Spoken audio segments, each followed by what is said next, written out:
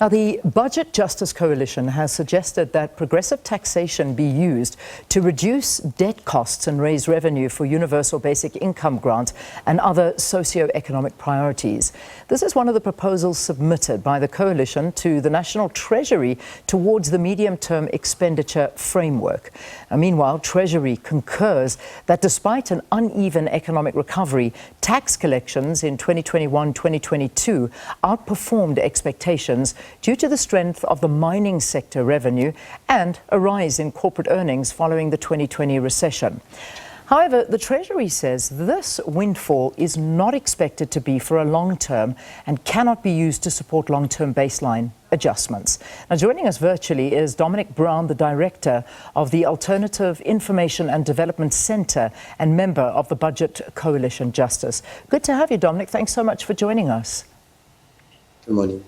So now we're hearing that the BJC arguing that the current macroeconomic policy framework is just not geared towards sustainable and inclusive development. That has been long established in this democratic era in South Africa, but why has it not been corrected, and how should it be corrected? Not only has it not been corrected, it's getting increasingly worse. The biggest budget cuts since post-apartheid South Africa have been implemented in the current budget.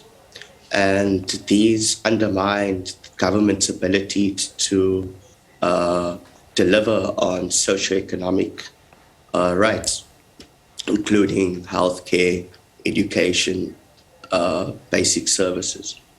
At the same time, we've seen a growing cost of living crisis. Inflation has hit 13-year highs, and there are more than or close to 12 million people unemployed.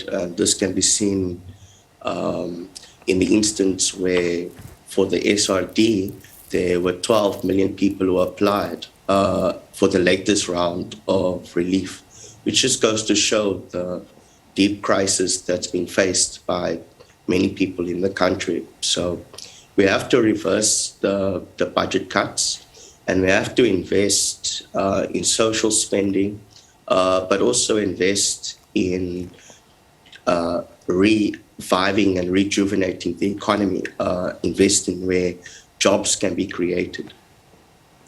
The biggest challenge for this democratic government, not only this sixth administration, is the ability to create jobs. Unemployment just keeps on getting higher. The chances of eradicating unemployment just seem like an impossible and elusive task. Why? What is the problem?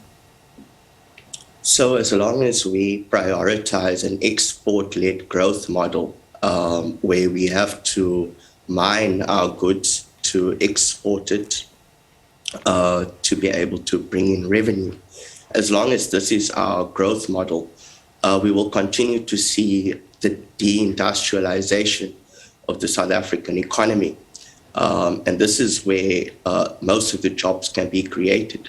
Instead, what we are seeing is the hollowing out of industries, the increasing capital intensity, so less labor share and more technology in mining, for example, which means that there isn't lots of growth happening in mining in spite of the big commodity boom that we're having at the moment, for example. And we need to look at the issue of climate change, and we can in fact address the issue of climate change and unemployment simultaneously through retrofitting all public houses to be more climate adaptive and climate mitigating, so that it doesn't require more heating systems, etc., that require greater levels of energy.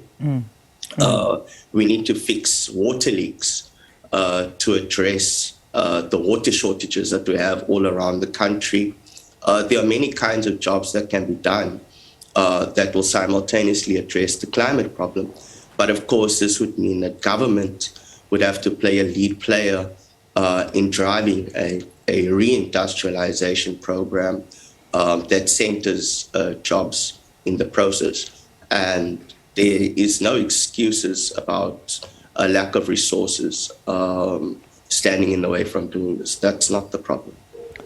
So, I mean, late last year, your organisation, the BJC, delivered its own alternative, calling it the human rights budget, with specific recommendations to what I suppose the question is, to what extent does the government pay attention to these recommendations made by civil society? I can't speak on behalf of government, but it seems as if they have dogmatically stuck to an austere neoliberal economic framework without thinking about all the possibilities. For example, in terms of revenue, since 1996, South Africa's average tax to GDP ratio has been 24%.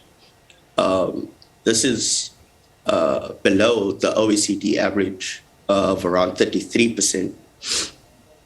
And the idea is that if we expand the tax to GDP ratio, which would mean that the overall tax burden would increase, there would be lots of scope to increase the amounts of revenue available in the country. Just by way of example, since 2000, the effective personal income tax rates of affluent individuals has declined significantly from 34% to 20%.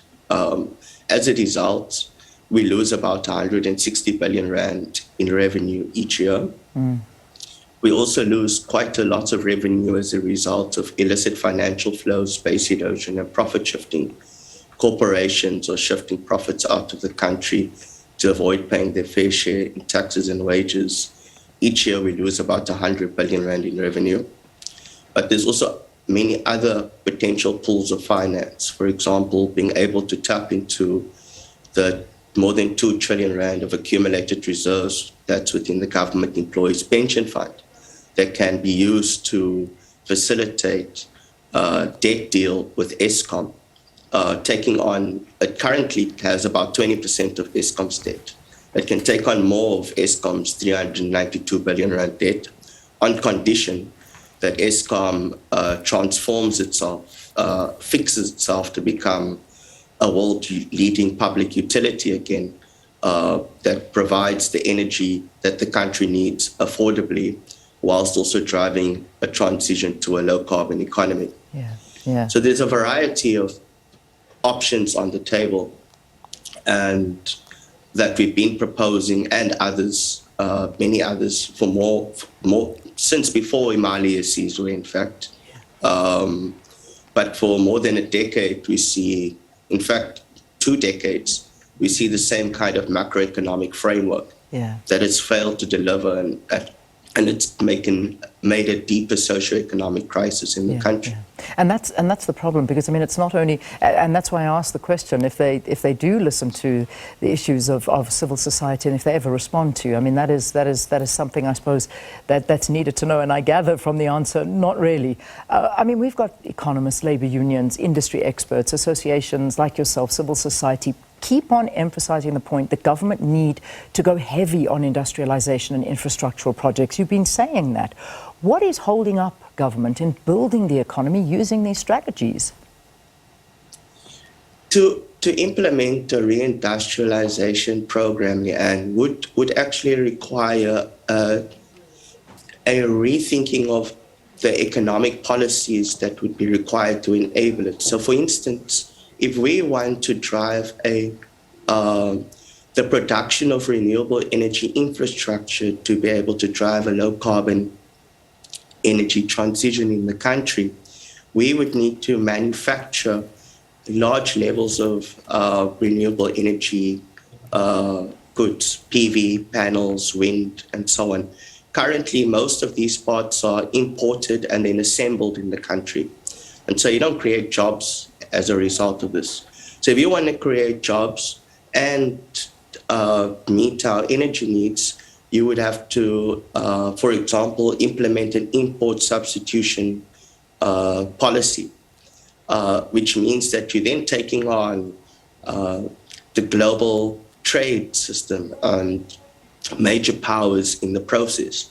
If you want to implement a progressive net wealth tax to finance a basic income grant and to help to resource or get the resources to finance investing in public transport, housing, and so on, that would be part of a reindustrialization program, then you would have to at the same time put in capital or strengthen capital and exchange controls to ensure that there's not a large outflow of finances from the country as people try and avoid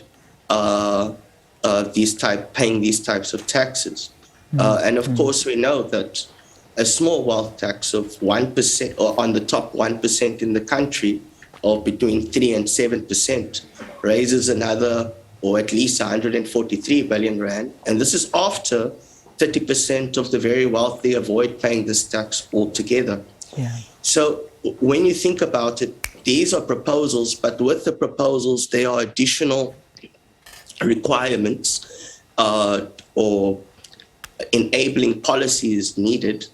And to implement these policies requires taking on big capital, big finance, big corporations, and the profits that they make. And this is where the question of power comes into play. And of course, government has to navigate where it responds to.